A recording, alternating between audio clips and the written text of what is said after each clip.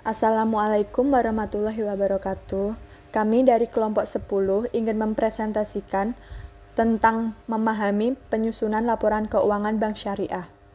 Nama kelompok 1. Megasari Amrohi, NIM 249. 2. Sinta Cahyani Putri, NIM 252. 3. Nur Anike Intan, NIM 242. 4. Kansa Amelinda, NIM 240. Bicara mengenai akuntansi syariah, tidak akan lepas dengan perhitungan keuangan yang mesti tertulis secara terperinci dan jelas agar dapat menghasilkan laporan keuangan yang mudah dipahami oleh semua pihak dan dapat membantu suatu perusahaan dalam menganalisis keuangannya. Dalam suatu laporan keuangan akuntansi syariah, ada beberapa faktor yang harus kita pahami sebelumnya. Untuk menunjang laporan-laporan keuangan, baik yang masuk maupun yang keluar dalam suatu perusahaan atau perbankan. Faktor-faktor yang akan menjadi acuan dalam laporan akuntansi adalah pernyataan posisi keuangan, pernyataan pendapatan, pernyataan perubahan dalam saham pemilik, atau pernyataan laba ditahan, pernyataan aliran kas, pernyataan perubahan dalam investasi terbatas, dan setaranya. Suatu laporan keuangan bermanfaat apabila informasi yang disajikan dalam laporan keuangan tersebut dapat dipahami, relevan, andal, dan dapat dipertimbangkan. Akan tetapi, perlu disadari pula bahwa laporan keuangan tidak menyediakan semua informasi yang mungkin dibutuhkan oleh pihak-pihak yang berkepentingan dengan bank. Karena secara umum, laporan keuangan hanya menggambarkan pengaruh keuangan dari kejadian masa lalu dan tidak diwajibkan untuk menyediakan informasi non-keuangan. Ada beberapa perbedaan unsur antara laporan keuangan lembaga syariah dan laporan lembaga keuangan konvensional. Unsur-unsur yang ada dalam laporan keuangan lembaga syariah antara lain neraca, laporan laba rugi, laporan arus kas, laporan perubahan ekuitas, laporan perubahan dana investasi terikat, laporan sumber dan penggunaan dana zakat, infak dan sodakoh, laporan sumber dan penggunaan Kordul Hasan, sedangkan unsur-unsur yang ada dalam laporan keuangan lembaga konvensional adalah neraca, laporan laba rugi, laporan perubahan ekuitas, dan laporan arus kas. Selanjutnya saya akan menjelaskan mengenai pengertian laporan keuangan syariah.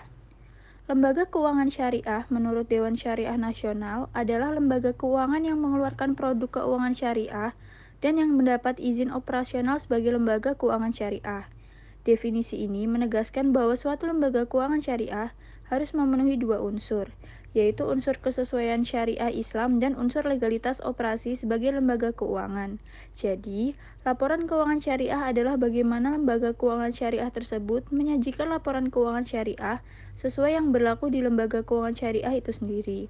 Sehingga laporan keuangan syariah merupakan laporan yang dibuat khusus dari pihak lembaga keuangan syariah sesuai dengan ketentuan standar akuntansi syariah, yaitu mengacu pada PSAK dan KDPP LKS. Tujuan pembuatan laporan keuangan syariah. Tujuan laporan keuangan syariah adalah menyediakan informasi yang menyangkut posisi keuangan, kinerja serta perubahan posisi keuangan suatu entitas syariah yang bermanfaat bagi sejumlah besar pengguna dalam pengambilan keputusan ekonomi. Di samping itu, tujuan lainnya adalah 1. Meningkatkan kepatuhan terhadap prinsip syariah dalam semua transaksi dan kegiatan usaha. Yang kedua, ada informasi kepatuhan entitas syariah terhadap prinsip syariah, serta informasi aset, kewajiban, pendapatan, dan beban yang tidak sesuai dengan prinsip syariah. Bila ada dan bagaimana perolehan dan penggunaannya. Yang ketiga, ada informasi untuk membantu mengevaluasi pemenuhan tanggung jawab entitas syariah terhadap amanah dalam mengamankan dana, menginvestasikannya pada tingkat keuntungan yang layak. Dan yang keempat, ada informasi mengenai tingkat keuntungan investasi yang diperoleh penanam, modal, dan pemilik dana syariah temporer. Dan informasi mengenai komponen-komponen laporan keuangan syariah. Yang pertama ada laporan posisi keuangan atau neraca. Unsur-unsur neraca meliputi aktiva, kewajiban, investasi tidak terikat, dan ekuitas.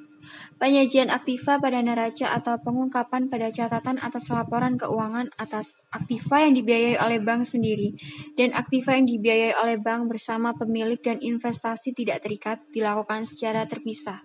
Yang kedua adalah laporan laba rugi dengan memperhatikan ketentuan dalam PSAK lainnya. Dalam laporan laba rugi mencakup tetapi tidak terbatas pada pos-pos pendapatan dan beban. Yang ketiga adalah laporan arus kas, yang keempat adalah laporan perubahan ekuitas, yang kelima ada laporan perubahan investasi terikat, laporan perubahan dana investasi terikat, memisahkan dana investasi terikat berdasarkan sumber dana dan memisahkan investasi berdasarkan jenisnya. Kerangka dasar penyusunan dan penyajian laporan keuangan. Terdapat 4 karakteristik kualitatif pokok laporan keuangan, yaitu 1. Dapat dipahami. Informasi keuangan yang dapat dipahami adalah informasi yang disajikan dalam bentuk dan bahasa teknis yang sesuai dengan tingkatan pengertian dan penggunaan. Yang kedua, relevan, berarti informasi keuangan harus berhubungan dengan tujuan pemanfaatannya. Yang ketiga yaitu andal.